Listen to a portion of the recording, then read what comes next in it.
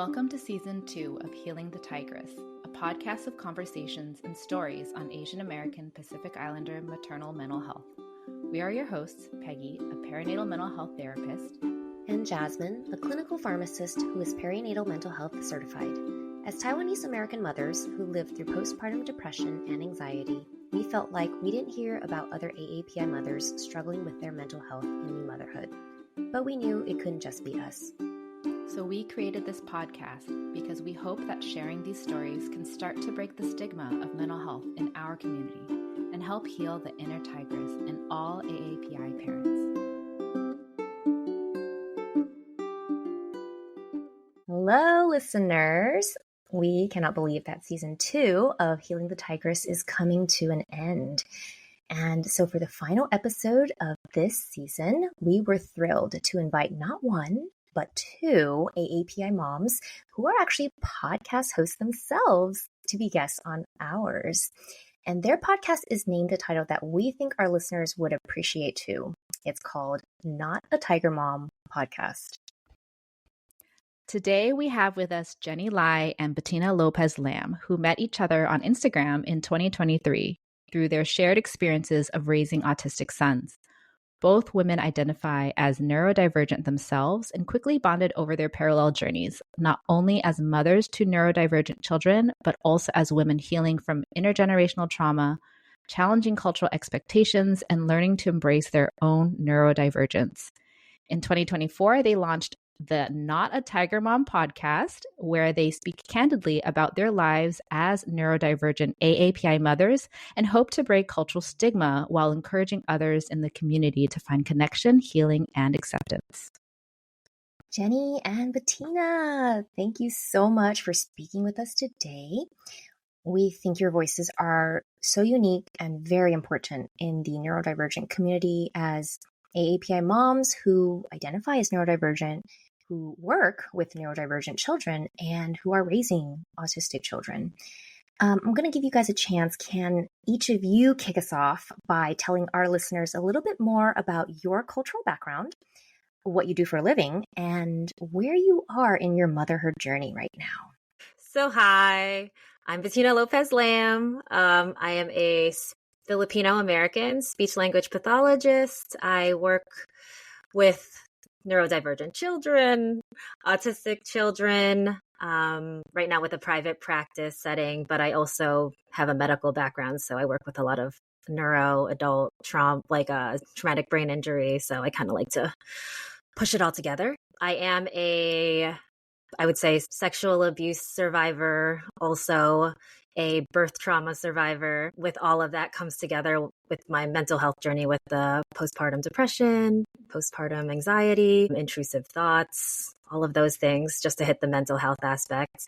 But on parenting journey-wise, I have a 6-year-old and a 3-year-old, and he's turning 4. So kind of in that early childhood stage still not totally on that other end of craziness. My name is Jenny Lai, and I'm Chinese Cambodian American. I am a board certified behavior analyst. I am primarily a stay-at-home mom. I only work once a week, but I just recently turned in my letter of resignation, which was yesterday, because I'm just gonna focus on my family and starting up my own private practice as well.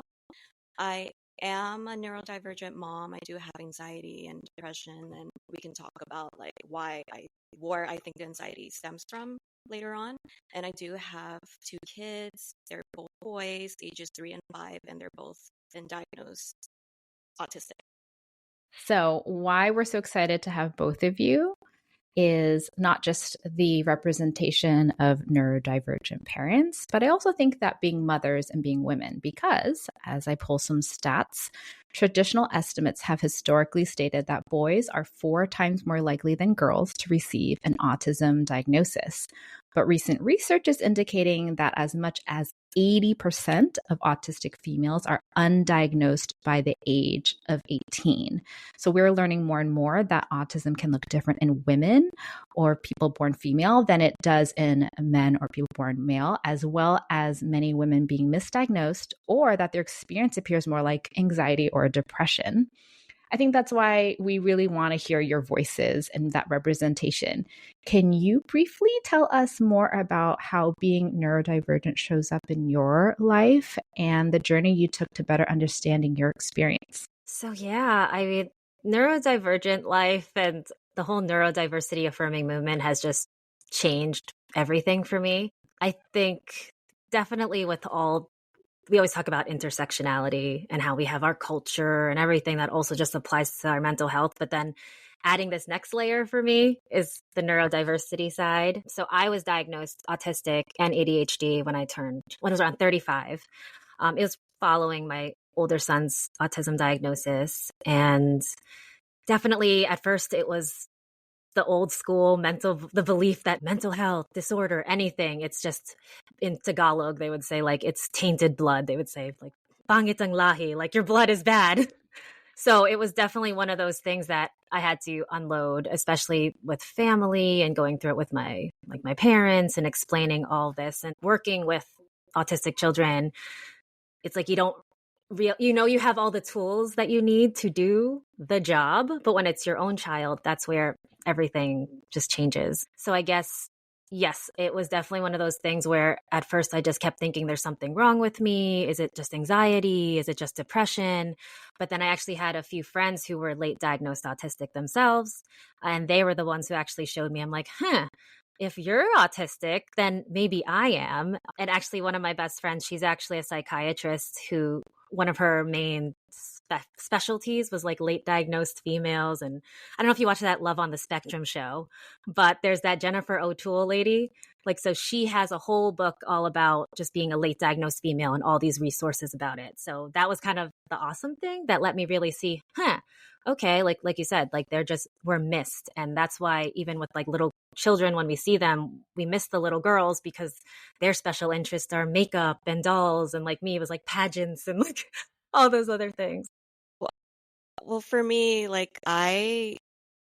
around 2023, I started learning about HSP. And then when I learned about HSP, it's like, oh my God, like this is me. And I've never like read anything more that's like that I can like really relate to. So just like Peggy, I'm HSP. I identify as HSP, and I think I also have like a lot of ADHD traits within myself, more like the ADD type. And so, yes, so how it shows up for me, it's like I am like deeply like empathetic, and I can read the room easily. That's one thing that I realize about myself, like, and it also makes me anxious and worried about other people, especially the ones close to me. But then I also have to learn during this journey that I have to learn some emotional boundaries. Like, these are my emotions. Those are that person's emotional. If they didn't ask for any help, like I need to back off and stop offering and stop thinking about them.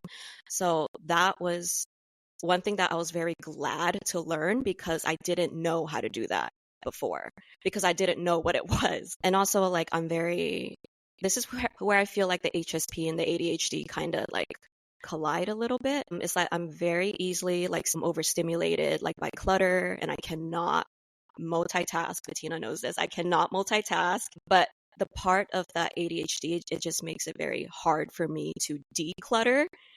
It's really, really difficult. It's like I know like I have to live this like minimalist lifestyle, but my ADHD is not allowing me to.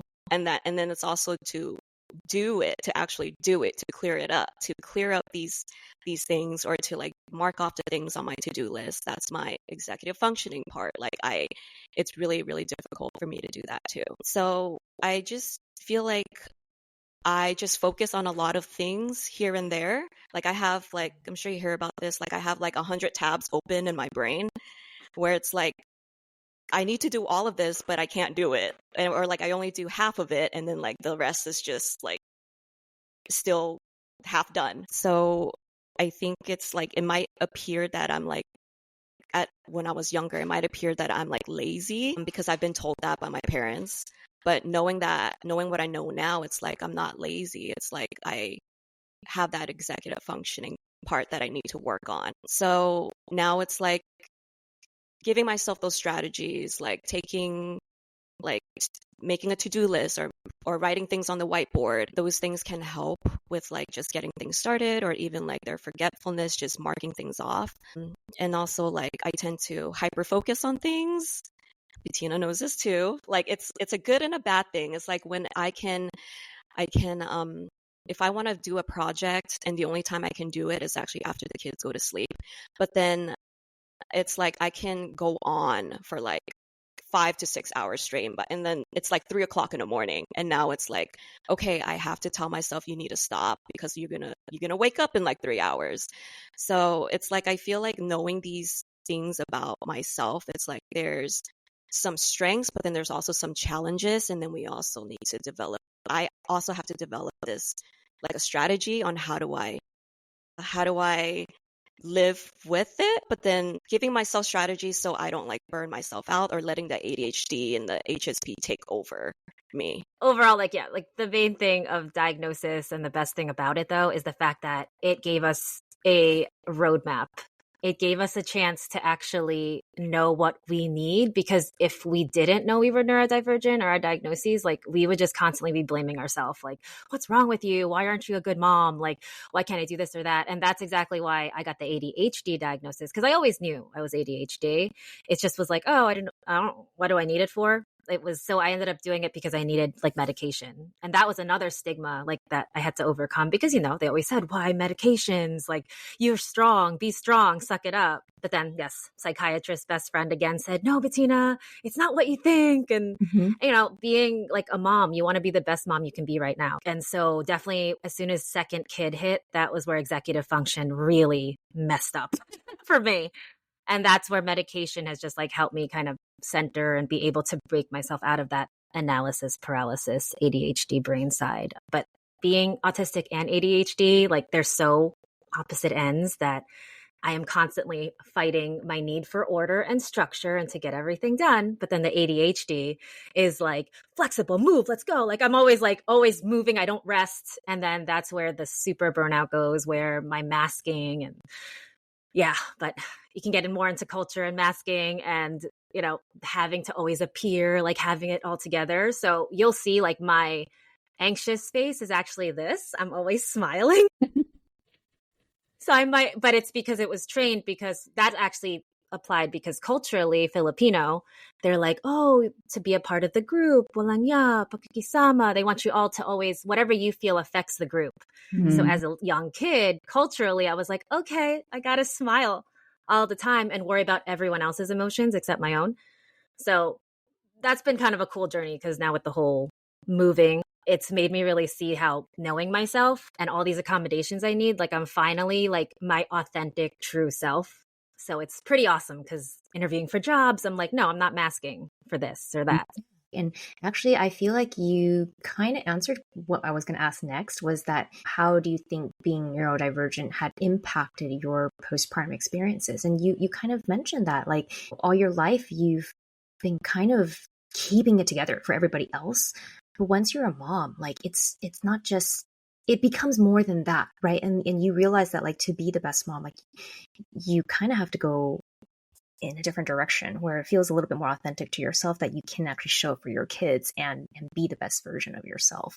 So thank you for answering like that way. Yeah. I definitely don't, I don't know about you, but I definitely just feel also culturally, right? Like as Asians, like we're taught that we put so much value into work and school, right? That's our thing. It's education, it's school. So as an autistic person, like that was a mold I had to really keep so hard. And it's all of us, just it's in our, it's ingrained in our culture.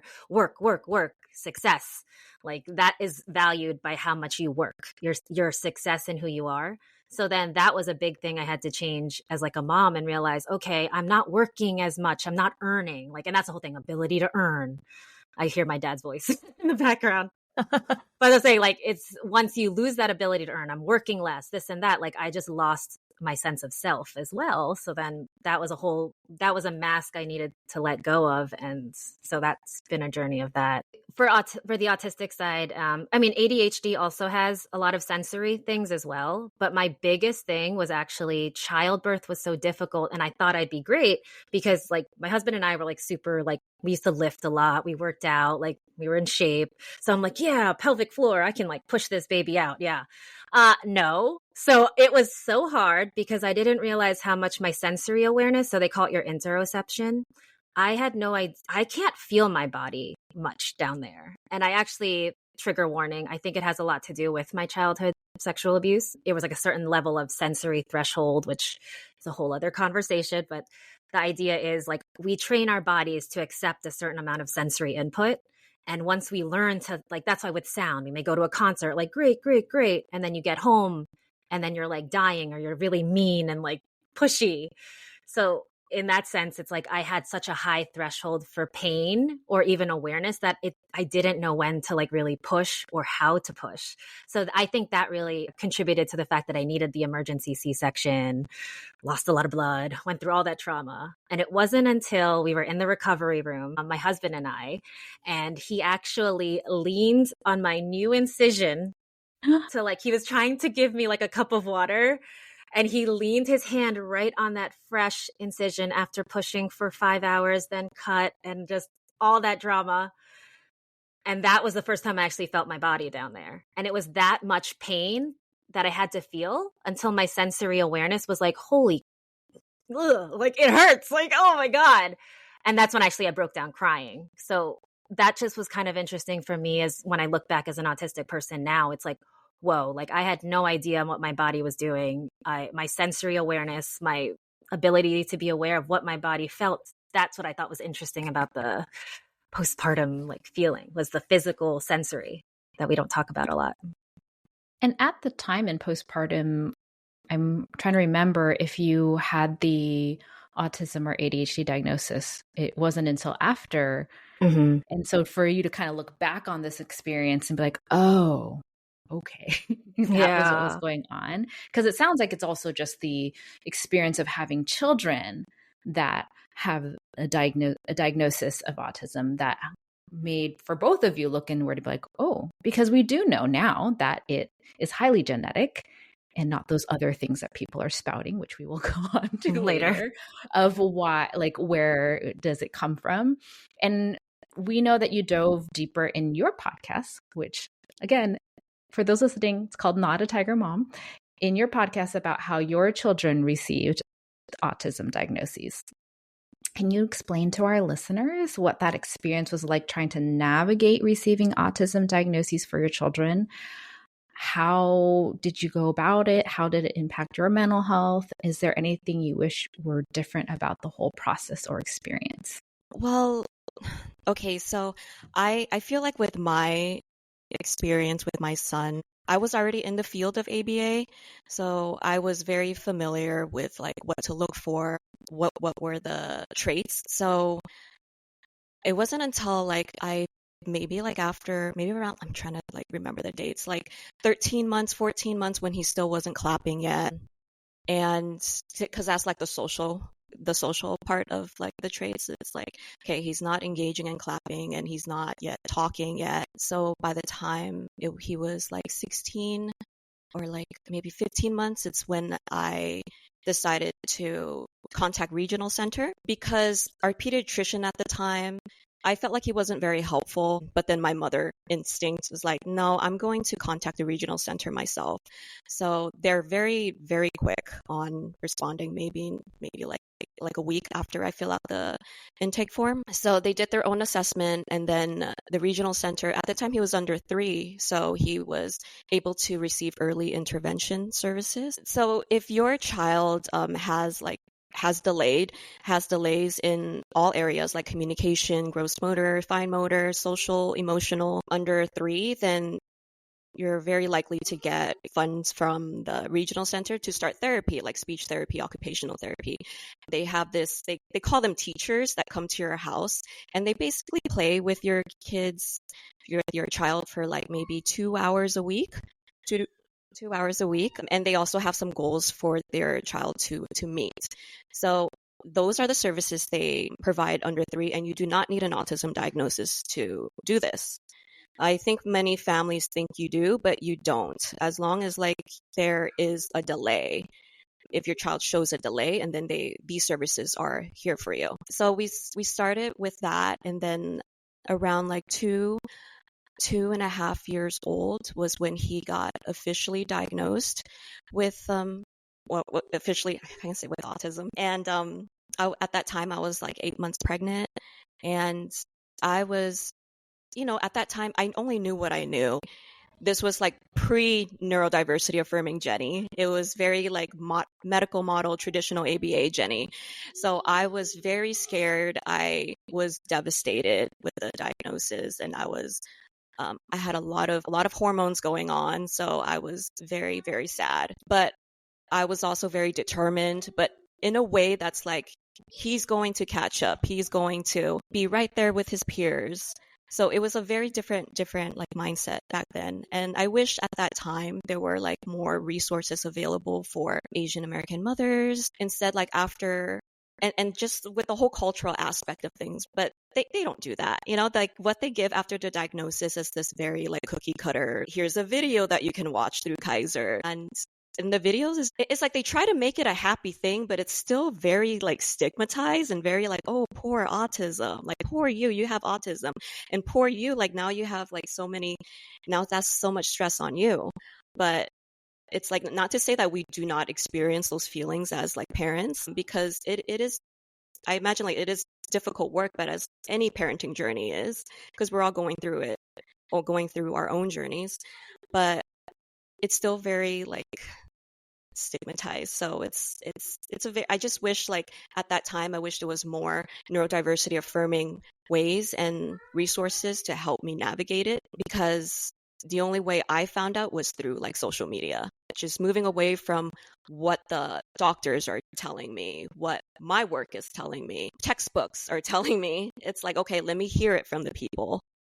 And that's when like my whole world just shifted. And that's when I got into like the social media space. That's when I met Bettina, and I just will never go back to that. I guess my story was a little different because, yes, like I wasn't diagnosed yet, but I had seen things within him that he was doing, my eldest, that I'm like, I used to eat glass like that, or I used to bite everything, or I used to like walk on my toes, but then they would just say it's ballet. They would do things to say, there's the that's female nothing. biases, right? Right there. Like it's just ballet. Oh, she's singing. Like I would sing all the time, but it was actually a vocal stim. Like, and I also didn't talk. I only spoke after The Little Mermaid came out. That's why. And I learned to talk through singing, which is also something that we didn't know back then, that with autism, autistic children tend to learn by something called Gestalt language processing. So pretty much we've always thought children have been analytical speakers, and what you do is typical speech therapy. It's like ball, blue ball, I want the blue ball. But no, autistic kids actually, a lot of them do tend to learn from bottom up instead. So when, I think I mentioned it in our podcast, but how Brandon would want a spoon, he would sing, and a dish ran away with a spoon. But it's up to us. Like, this is something a lot of speech therapists were not trained in before. There's definitely a lot more now, but it teaches us to use the echolalia and actually split it up so we can help them get to language. So I guess it was a different story for me, because when I realized he was autistic, I didn't get diagnosis right away because there was a little of a shame. I'm like, I guess I don't need to. I can just do speech therapy, occupational, get it all done. But then eventually I was already on the the neurodiversity affirming movement. I had like friends that were also autistic and SLPs, and they were like motivating me. And I said, you know what? I work in the hospital system. I can get this diagnosis like nothing. It's definitely run differently here in New Jersey. So if I wanted a diagnosis, I would just get a script from my doctor and go straight ahead to like get the evaluation until the waiting list. But yeah, like once I did get the diagnosis with him, I already was Miss like ND affirming. Like I was like, I was a special, I already took all the, so that's one of my autistic things. Like I hyper focus and learn everything until I'm like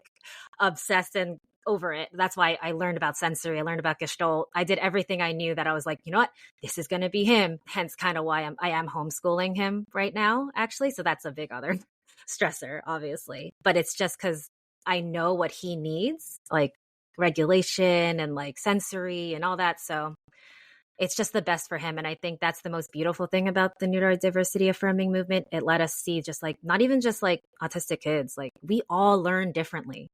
So we all need a different way to learn, and it's not cookie cutter. So I'd say mental health wise, as much as like, yeah, it sometimes brings me down sometimes when something's going on where like, I don't know, he has an accident and then he melts down, like at the airport, something happened. But in the end of it all, I would say mental health is way better now that we both have our diagnoses, because now it's like there's a reason. Like when you go through life not understanding why, or if the world and everything is telling you that there's something wrong with your kid, then the whole time you're just going to be like, well, there's something wrong with my kid and there's nothing I can do about it. So, but that's why I'm blessed to have people like Jenny and other like ND affirming parents. And that's honestly, I said, I'm moving to Cali. And everyone's like, why are you moving there? I'm like, I don't know. But my whole community of these kind of parents, like you guys are all like there.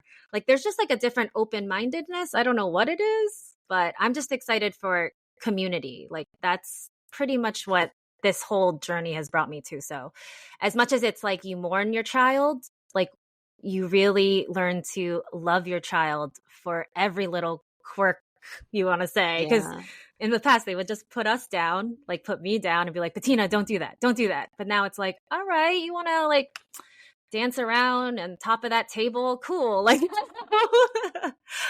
things like that. Yeah. So, but yeah. I recently learned the Maori word for autism, and I'm probably going to butcher it. I'm so sorry to any folks that are Maori, but takiwatanga, which translates to in his or her own time and space. And I love that it's this is really honoring and celebrating and respecting that people are going to do, like you said, the way that you would sing for a spoon. And I feel like that has just been really helpful in understanding this. And also I think for you, Bettina, as you're kind of watching your son and being like, wait, I did that.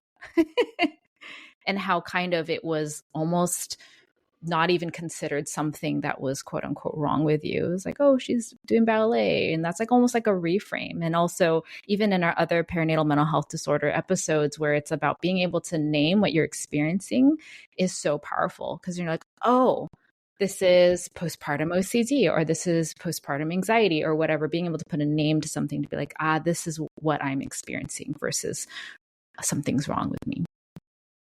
I think it makes it like it's not necessarily a character flaw that you did to yourself. And that's how I've always felt like when I finally was able to admit that I had depression, it's almost like, okay, well, I have something to beat, or I have something to like research, or I have something to like look up that I can figure out what can I do to battle it. So same with you, just like very empowering that you're looking into ways that you can be there for your son, which is huge. And there's almost like a healing, I guess, of the intergenerational piece. I think it's so beautiful how you're melding all those things together.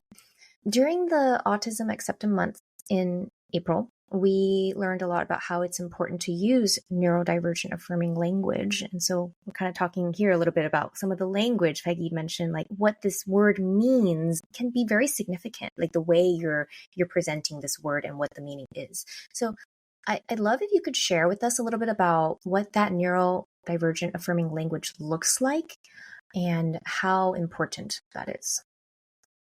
I think that's the biggest thing I always push now. I'm like, words matter. And definitely coming from an Asian culture where we don't talk about our feelings, we don't express, that's where it really matters, because then when we do use the words, it can have such a negative connotation. Like when we say things like high functioning, that's been a long time thing, high functioning autism.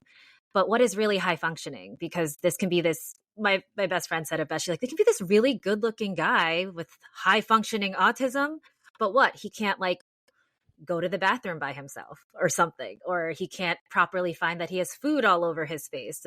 What makes you high? So I think that's the beauty of it turning into like a spectrum. I think it helped me also understand myself better when we looked at it from a spectrum, that it's not just you can do a lot, you can do little, but like, oh, I'm struggling here in the aggression zone or the anxiety zone. That was the kind of cool part, because I saw my husband's chart. So he's also on the spectrum, we realized, but he's not formally diagnosed. But it's just great because you can actually see he's more like, I have more social anxiety and sensory things, but he may lie on a different part. So it's just kind of reshapes our idea of what autism is, because it really is a spectrum, but not a linear one. I'd say that changing our language to be more neurodiversity affirming. It focuses more on our strengths, like access, like our lived experiences. And it recognizes that behavior is communication, that it doesn't have to be verbal, because that's the biggest thing. We're always like, when are they going to talk? It's like, yeah, but then you're missing the whole chance that your kid's actually trying to communicate and talk to you, like somehow. Like he's not just banging into, well, he bangs into like the floor all the time, but that's him telling me, oh, you need a little bit more like maybe pressure, or you need to like regulate somehow. So I just think it's the shift of language is so important because like we said, it's how we speak to each other, and it's how language holds so much, and words matter. Like sticks and stones do like, I'm corny like that. I have a lot of little phrases, but words do hurt. So I also want to add that when we use like binary like things like that, like low functioning or high functioning, like Bettina said, like you miss out on how that person is, or what they can offer, what their strengths are, and what they need support in. Like for example, like low functioning people might think low functioning, oh, they need like they can't do anything. They cannot communicate, they can't talk. But then it's like, no, wait, like if they're low functioning, yeah, maybe they need support in communication, but then they don't need support in brushing their teeth. They don't need support in like putting on their shoes. So it's like reframing it like that, like just talking about like, okay, let's move away from the functioning labels and just talk about what are their strengths, what are they good at, and what are the parts that they do need help in, and that's where we can come in. It's really important, and they still use those terms in education, right? In the schools, even the schools is like they need to keep up with this. So that's why it's like that's why like I feel like as a mom and being in the field, it's like being this trying to change or trying to make these systemic changes. It's like really difficult. It's like I'm very passionate about it, but then it's also the pushback, and it's also like it drains us as like neurodivergent people. So it's like finding that balance is like how much to advocate and then how much to rest. And then what is really important is like, well, my family is important, and like my friends, and let's start small. And even like social media presence, that's small. So, but really big impact. So, but yeah, just wanted to add that.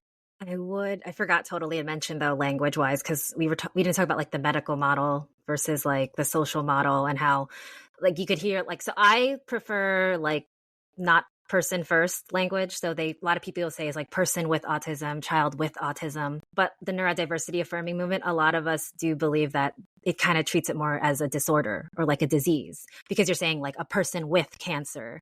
And definitely when I was in grad school, that's what they pushed. They said, nope, you separate the disorder from the person. But when we say autistic, it makes that a part of me, and it's who I am. So that's why I prefer to say autistic, because it's like my son doesn't have autism. Like he is autistic. I am autistic. So it's not something I want to get rid of and get away. And then there's also the verbal. We say verbal and nonverbal traditionally, but now we're pushing more towards non-speaking, because when we say nonverbal, we have this, especially in the medical field, we immediately think, oh, less than, like they're not comprehending what they're saying. But no, they just can't speak. So that's why we're trying to change it to speaking, non-speaking versus verbal, nonverbal. So that's so interesting about the person-centered, because working in inpatient psychiatry, we would never call a patient a schizophrenic. Right? It was always a person with schizophrenia.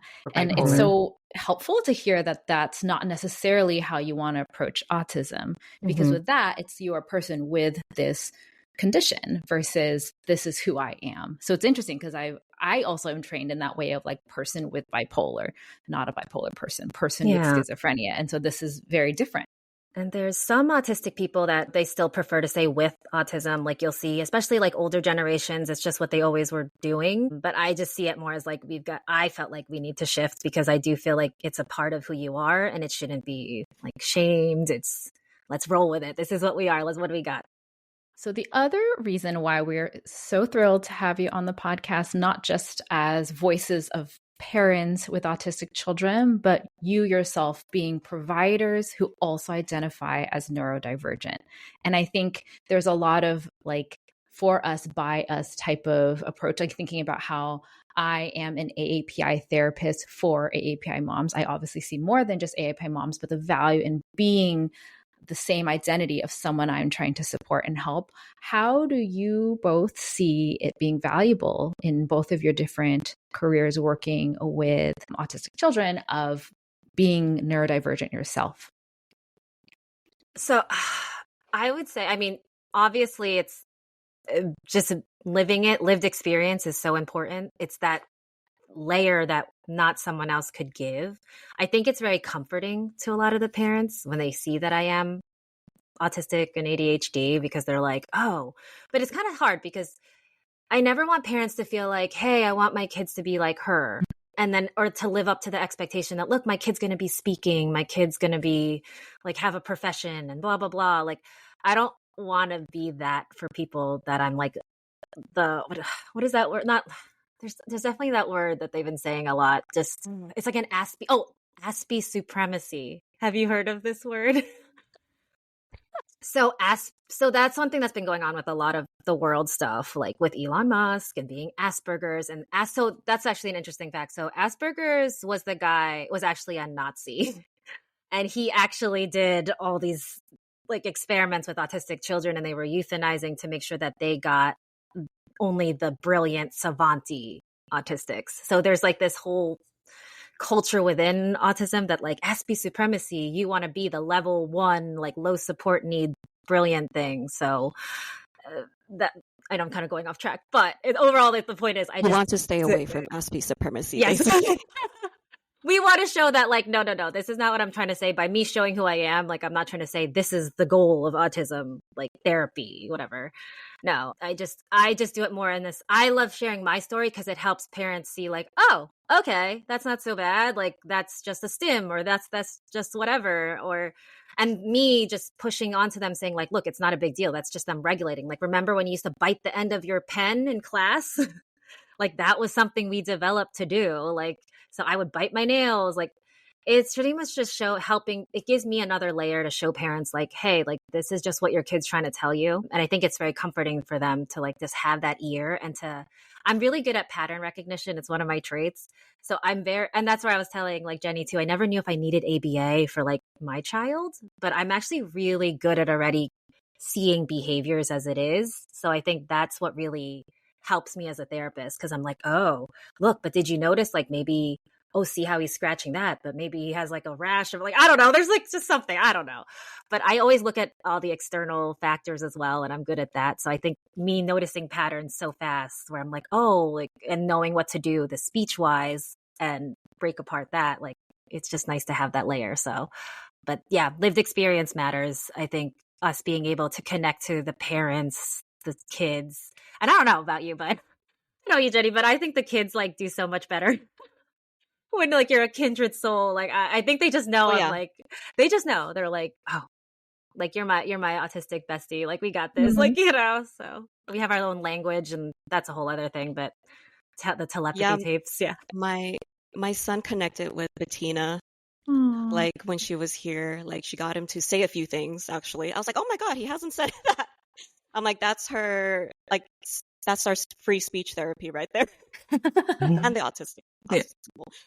I feel like being like a neurodivergent provider, like I feel like even though it looks different from me, like I can definitely, like, I can relate to how a child might feel when they feel like, oh, I don't really want to do this right now. So it's kind of like me recognizing that, okay, yeah, let's honor that. Let's honor their no, because I grew up with not having my nose, like, not honored. So I just think it's like it's important, because we have a way to communicate or understand a child on a much deeper level that maybe a neurotypical person may not relate. Like, some might see a child as being non-compliant, like very difficult, not wanting to do things, but then maybe a neurodivergent might see them as like, oh, this child is on a verge of burning out, that's why they're acting out. But at the same time, like, I don't believe like like you have to be neurodivergent to work with children with disabilities. And the reason why I say that is because there are some not so good neurodivergent people out there. I think in the end, you have to look for like the qualities of what the providers can give you. Like you need to be well informed, or you need to do constant inner work in order to work with children with disabilities. And you have to do your own research, and of course listen to neurodivergent voices or autistic voices. Like that's the most important thing. It's like you need to be able to understand what these kids are going through, because it will look a lot different than what you're going through. Like I ask Bettina all the time. I was like, hey, my son, like he is scared of the shower head lately. Like, what is that all about? He's been hiding, and he also has these rashes. I'm like, is he in pain? Like these things that I just could not figure it out that one summer, Bettina. Remember? I was like, he doesn't want to get into the bathtub. And then she told me it's like he's probably like very traumatized by what happened to him at Wild Rivers in Irvine, at the water park. So therefore, my son is non-speaking. He's non-speaking, so he only communicates through his behaviors. So, but for me, it's like I also have my mom hat on, where it's like, well, you need to take a bath, like you need to do this. I was like, but I'm trying to honor your needs. I'm like, where's that? What is happening? But then when I talked to Bettina about it, I was like, okay, yeah, you're right. I need to chill out a little bit. Let me just grab a towel and wipe him. It's going to be a few days of this. It's fine. And it always gets better. I think that's the hard part. It's like, as a mom, you're always just like, I have to get this done, XYZ, because if I don't get this done, then I can't get the next thing done. But it's like these kids, I think the best part of them is that they made me more present. It makes you stop. I mean, all kids really do, because when they're going all over doing whatever, it's like, Mom. But no, I think it makes you really slow down and realize, like, to give yourself grace, give them grace, and understand that they're just in a different phase right now. And it's not that they're not going to grow. I think that was the fear in the beginning, was always like, they're not growing, they're not progressing the same or neurotypically.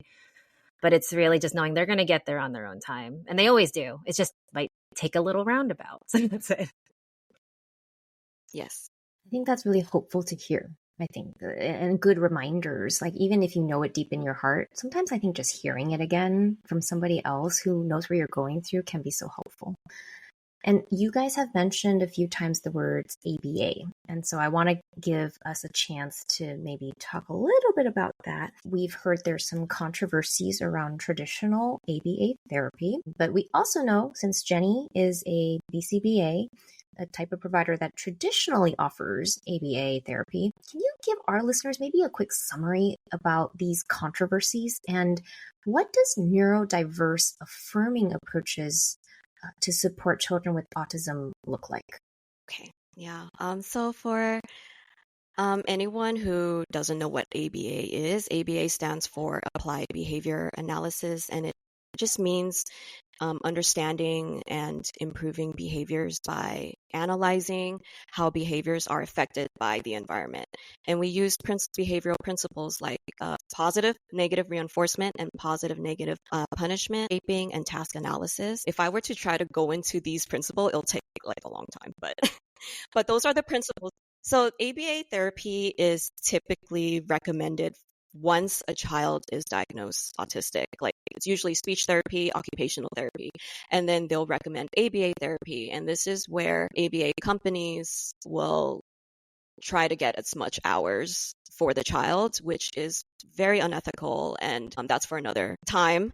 But this is why it's recommended, because it's still considered at this time in the medical model like a gold, I'm putting air quotes, gold standard treatment for autism. And that's the way it's marketed in the healthcare system, because it's, it's a deficit-based medical model. So treatment, I hate that they have even the word treatment in their treatment for autism, because it says like, oh, ABA can cure autism, or when done unethically, like it teaches autistic kids to not look autistic so they can blend in with society. So that's like the very unethical way to do things. And this is what the very loud autistic advocates are talking about when they say absolutely no ABA, because most have been through ABA when they were young. That's where that's coming from, is like they receive traditional ABA compliance-based and all that. So compliance-based ABA, it's like you need to finish doing this and then you get reward for doing that. Like, for example, you need to finish this puzzle and then you get a reward. You need to socialize with that kid over there for 5 minutes. And we all know autistic kids have a very difficult time socializing with their neurotypical peers.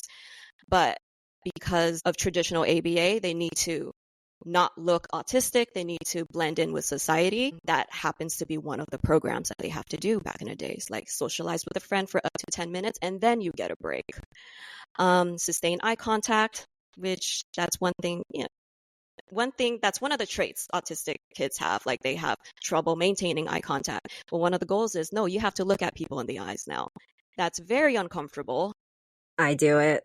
I do it really bad though, because I didn't go through ABA, but because I really had a hard time with eye contact, but they pushed it so hard that now like I have to look actually at people between their eyes, but then it can also look too intense. Like that's what ends up happening. You hyper train these kids to be just trying to mask up and look like neurotypical, but now I'm just like up in your face. And like, and I wanted to mention too, like it's when she said a lot of therapy, we're talking like a full-time job. They want like 40 hours of ABA. So like I've had kids that come home after school a week. So after school, so they're either there in the morning helping the kids get ready, then after school, someone's there. Like there is like with them just doing everything, there is sometimes no chance for them to just be a kid. And I think that's the biggest thing we've been missing with the old school ABA was like we were pushing them so hard to be neurotypical. And instead you create other behaviors like in different like mental health, like anxiety and depression. Like you wonder why the kid doesn't want to go to school or doesn't want to do this because they're burnt out. They're tired. Like imagine going to school for 7 hours. Then you got to do another how many hours every day. So I just wanted to mention the time because that's how much they actually prescribe, like 40 hours. Yeah, it can get that way. It's ridiculous how some companies are still doing that right now. But so back to compliance-based things. So another thing, how that looks like, it's like sit down and finish coloring and then you get a sensory break, which is a big no-no for autistic kids and children because they need sensory available to them all the time, whether it's moving around, walking, or just jumping on a trampoline. Like it needs to be available right then and there because they need to regulate. Maybe they're anxious. Maybe they just need to let it out. And another thing is like quiet hands, quiet body, quiet voice. Like, yes, there is a time and place to do that, but the way this goal was presented back in the days is the purpose to suppress those traits. So it could have been their way to express this regulation or their way to express that they didn't want to do anything, or it could even be like their way to express joy. And even that didn't matter because it'll be considered like too weird, like not socially appropriate. So like with all the autistic adults who experience this, like when they were young in these programs, from this program, it really gave them like a lot of like trauma because it ignores their emotions, their needs. It stripped away their autonomy, like low self-esteem and mental health disorders. So it's for very good reasons. This is why they advocate against it. So that's the traditional model. The neurodiversity affirming ABA looks very different from the traditional models, but it's basically honoring the children's needs and honoring their autonomy. They follow their lead while teaching new skills and never forcing goals that don't make sense to them. No eye contact, no eye contact goals, no socializing, like very strict like that goals. Honor all stims. And we also center like co-regulation, empathy, validation in every session. So, and also communication comes in different forms, not just in spoken words. It can come in like gesture, sign language. You might have heard like AAC devices, like the iPad, like a communication device, and to meet where the kids are at. So yeah, that's how neurodiversity affirming ABA looks like. But the most important thing is like the ABA provider has to do their inner work. I feel like that's such a requirement. I feel like you cannot be neurodiversity affirming without doing that, because it means constant self-reflection, checking in our biases, and making sure we're not just fixing behaviors, but actually supporting the child as a whole with respect. I would say controversy wise, like you're saying, like, so autistic adults, like the main thing is, yeah, like that went through ABA, they're all about poo poo, like don't do it. Like, don't you dare go put your kid in ABA. And that was me when I was first talking to Jenny. I was scared of her. Like I said in the podcast, Yeah. I was like, I was scared of you because you're ABA. And when you join all these autism inclusivity groups, especially if you're like a late diagnosed, like autistic, they tell you, oh, don't put your kid in that. It's bad, blah, blah, blah. But then I'm the kind of person that's always likes to stay curious, and I want to know the other side. I don't want to judge you unless I understand what it fully is. But like my school side, I understood, yes, it's like the A and B, back and forth, discrete trials. Like that's like, yeah, at least I'd get an M&M if you do the right thing. But then the interesting part was when I met Jenny, she let me see and learn other sides of it. Like, okay, it doesn't have to be like that back and forth. It could just be more like, because the change the environment, not the child. I quote this all the time from our podcast because it really makes sense. It's like, if we focus so hard on changing the child, then that's what makes it compliance-based. But if you change environment, which includes how a parent might do something or talk to their kid, like that is what matters, like so much more is, giving them those accommodations. There was something about the controversies of, but that's why I'm okay with ABA, which actually people get mad at me about it. Like the autistic community is like, how they won't listen to our pod. We're like, what is that word? Forbidden friendship? Yeah, forbidden. What is that word? Yeah, because I have friends that are on like the Instagram world that they refuse to listen to my podcast, even though we're friends, because Jenny is on it.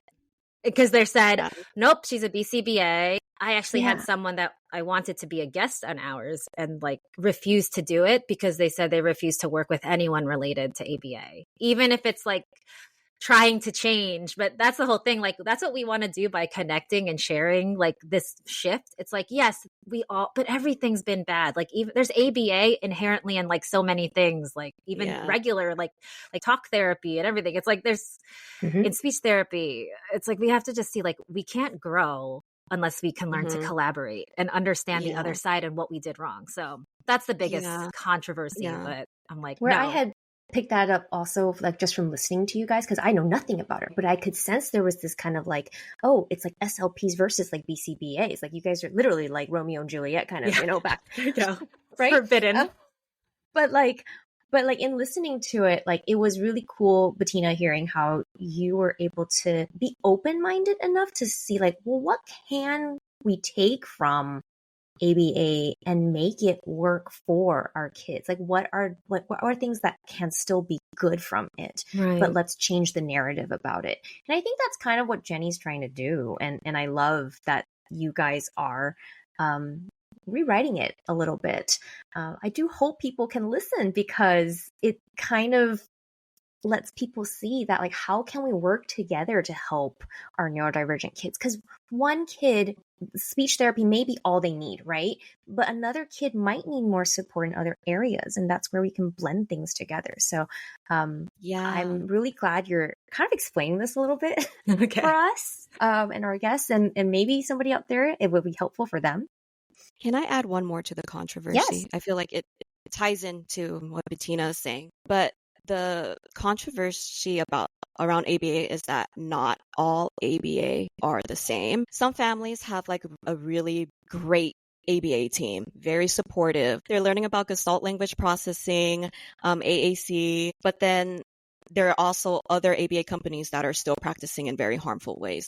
So when it comes down to it, it's really who's providing the services and how it's being applied, like the science, and if they're listening to the child and the family.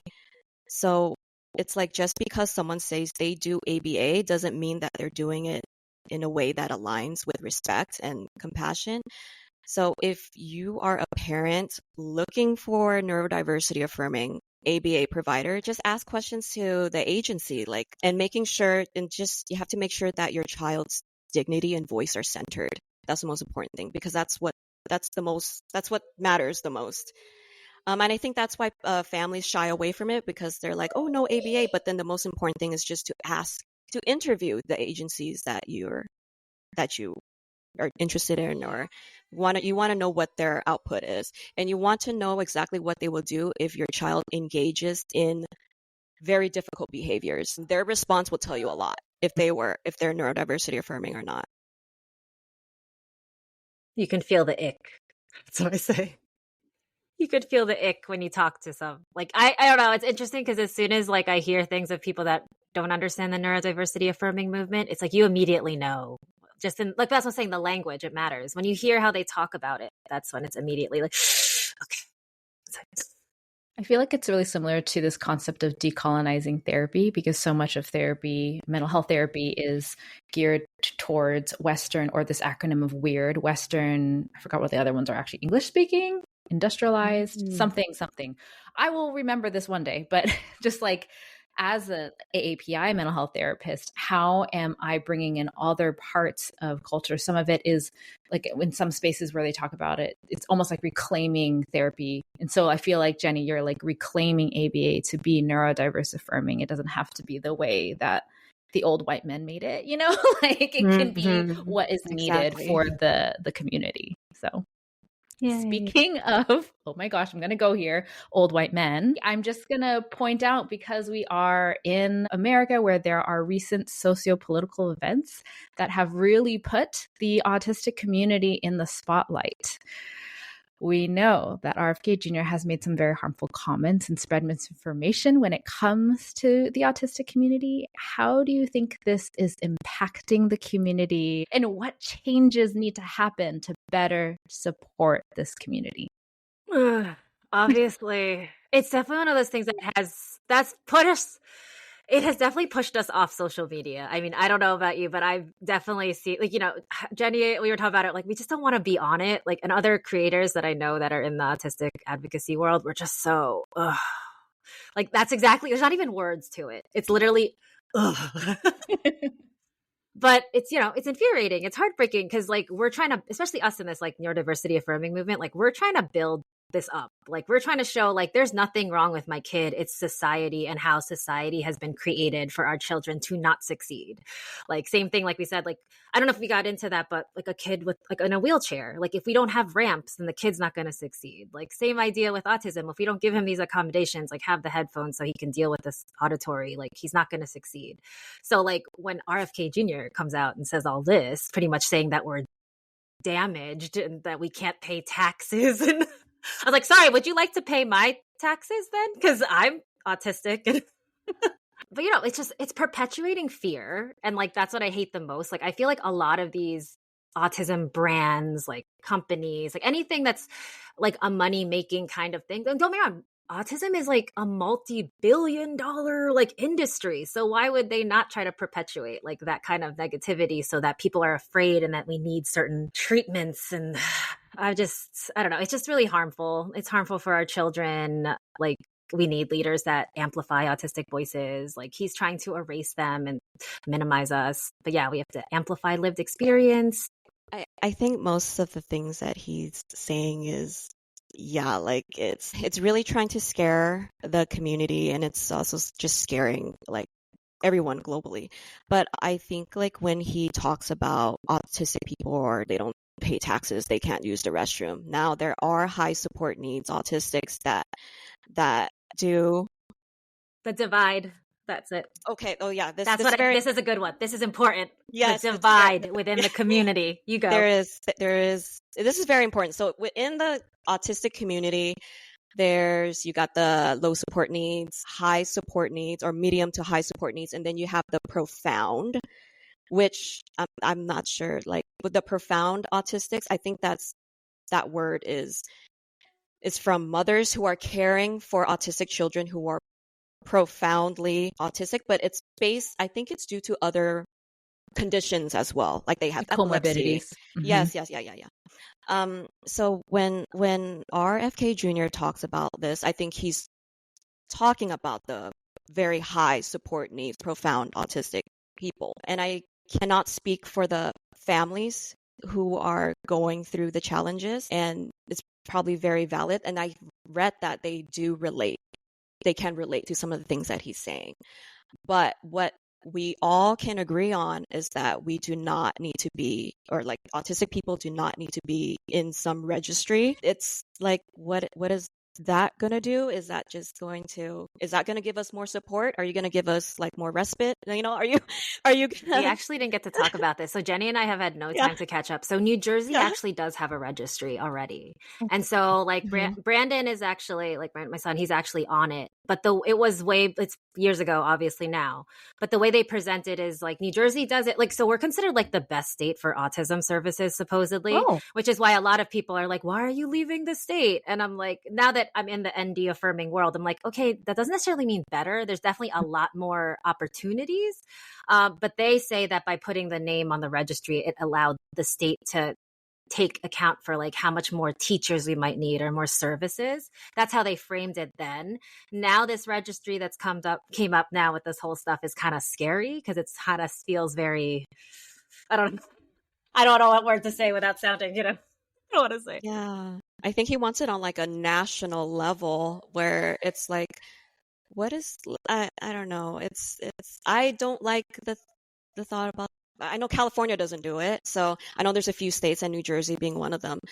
But I think the main thing is like autistic people don't need to be like in some sort of database where it's like open, where everybody can see. It's more so like autistic people need the resources. We need support. We need provide more trainings to the teachers, to the education system, where that's what it is. We just need more support. That's all we need. And we're even lacking that as well. So yeah. And that's what I thought, though, that it was going to be more for. But I think there was also an option not to do it. But at the time, I believe I was just in this headspace of like, no, like, let's do that so that his township can get more services. But now I look at things very differently now. So like I've had friends that are autistic and adult, and like they stopped their whole social media accounts because they're afraid now. They actually said, I don't want to get my kids flagged or myself that I'm autistic. Like, I don't know what's going to happen in this world. So it's kind of scary. And I'm like, well, I'm going to keep sharing my story because I know it. People need it, and it is what it is. Whatever's meant to be will be. We'll figure as it goes. Yeah. I have heard some people being like, this is going to deter people from getting support, because if they're going to try to hide, it's almost like just hiding your child or your experience, because it's going to be ostracized, stigmatized, and hunted, almost like a little bit witch hunty. And what if what they end up doing is saying, look, now the numbers have gone down, we've solved it, we figured it, or and something, when it's not. A real reflection of that. It's just people are scared. I was going to say, it's like we're moving backwards. Like, I'm sure you've seen that picture, these two autistic boys, like just chained up in straitjackets, and that was in like the 60s. And this is where it is. It's like, oh, well, it's because at that time they were hiding their kids who are autistic, and they were just put into institutions. And now it's like, that's why the numbers. Yeah. And now you're prompting the public to do the same. Now they're trying to, now no one's getting diagnosed, it's like, what's happening? Like, we're reversing. So and that was something RFK said too, was about how the numbers are higher, but of course they're higher because medicine has progressed. Like, now we have more testing measures, we have more resources and support to figure it out.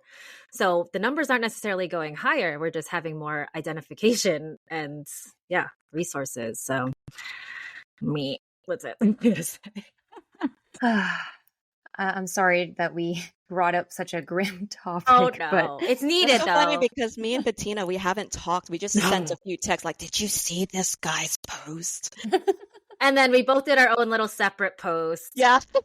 And then we had, but literally, and then we talked about life, like other things that are happening. So this is our first time talking about it together. Yeah. Ooh. I'm glad we were able to create that space for you to talk about. Thanks. Because it is important. It's important, especially for our listeners, who we have a wide range of folks who either themselves are neurodivergent, have children who are, or know zero about it. And I think it's important across the board of, again, helping educate people so that whether they have family members or friends, they can go into it with much more compassion and knowledge, and being able to hold space as well. Okay, well, let's end on a more hopeful note. Okay, so this is how we like to wrap up each of our episodes. So in the spirit of healing your inner tigresses, what would the present day version of you like to go back and tell a past version of yourself during a time when you were maybe struggling the most? Well, I wrote this one down. So I was actually telling Jenny though, because I don't know, it's definitely one of my traits where I just can't, it's the ADHD where I have to hold it till the last minute and I can't read all these questions. But this one I actually did prepare for. I was like, you know what would I tell myself? And I love like writing. So pretty much it's just, I would say, you're not broken. You're not failing. You are simply trying to survive in a world that wasn't built for your brain or your heart. But you will find your way back to yourself. And when you do, I'm getting tears. And when you do, you'll find a community of others doing the same. Like, keep going, rest when you need, love will find you. And one day you'll look back and see just how strong and worthy you've always been. Bettina. I know, I get all the righties. How many episodes where we don't cry, but we don't. Thank you for sharing. That was beautiful. You're welcome. Yeah. That was very beautiful. I can't beat that. No, and you don't have to beat that. It's not about beating. I know, I love it. It's about releasing our tigress, right? There you go. Release our tigress. We're healing. Gosh, when I like think back of like postpartum days, and with both of my kids, I had a really, really hard time. So I would tell myself, like, you are meant for this. This is meant to happen. Every one of these hard moments is meant to shape you by shedding old layers, becoming more powerful, confident, and happier. Because at that time I was low self-esteem, not confident, just feeling really, really awful about myself. And that everything is temporary. Even the happier times are temporary. So it really teaches me to be more grateful and more present. And when things take an unexpected turn, things will be easier and to adapt and regulate. And you will, and this is something that I tell myself now that I wish I could, that I want to tell my younger self, is like, you have control on what you say, but you do not have control on how others respond or interpret. That's from Gabor Mate. I don't know how to say his name, but yes. So that quote, like, I like really live by that, because I really get in my feelings when someone else doesn't respond the way that I want them to or expect. So it really teaches me to stay in tune with myself. So yeah. That reminds me a bit of the let them theory. Have you heard of that? Oh, Mel Robbins. That would be amazing if that was. Mel Robbins. Yeah, it kind of reminded me of that when you said that. Like, you kind of just gotta let people do them and tune it out, because you can only do what you can do, right? Yes. Ladies, this has been so wonderful to hear your perspectives and the combination of, like, your journeys, your children's journeys, and how you're just healing even from so many layers. So many layers. We really can't thank you enough for spending some time talking to us about this today. Well, luckily, you both have your own podcast that our listeners can also, if they want more of you, as we outro you, can you tell our listeners where they can find each of you individually, and also where they can find your podcast? So I have my own personal account that I just share a lot about unmasking and being Asian American and just going through raising an autistic child and having a neurodiverse family. So that one is on Instagram, and it's Being, because people call me B. So BEEing. AUDHD, so AUDHD, and I love a good pun and connection. So I love anything with bees and honey and like milk and honey. I don't know if you like the Rupiko or like the poetry. I love her. And then Jenny, you're on your. So my platform on Instagram, I post about neurodiversity affirming ABA and some social justice things. That's one of the things that I'm passionate about. So you can find me at MSJENNYBX, and also my podcast with Bettina, Not a Tiger Mom, at Not a Tiger Mom podcast. Well, we will link all of those in our show notes so people can find you guys and head over to listen to your podcast if they want to learn even more. And I've listened to a few episodes and definitely learned some things myself. So highly recommend people check it out if you are more curious and want to learn more. Thanks, ladies. You guys rock.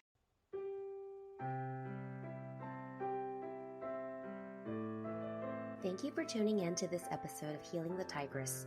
The more we share these stories, the more we can help other AAPI mothers and partners. If you enjoyed this episode and would like to keep supporting this mission, please hit the subscribe button to the show and take a few seconds to leave a rating. An extra big thanks if you would also leave a review to boost our show visibility and help other AAPI folks find us.